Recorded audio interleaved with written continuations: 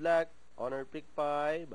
Gates open, they're up and racing for A. Kaligatan draws for your lead, Bebot.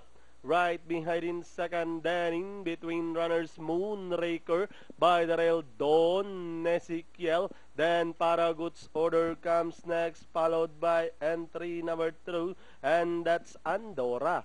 As they race towards the last 800, Kaligatan in command by about 3 lengths. Running in second, Moonraker Bebot. Racing in third, Don Ezekiel down in fourth, Paragood's Order in fifth. Then comes Andorra, Flying Hope live in Manila. Oh, so discreet, Dugo's favorite, and Santiago as they turn for home.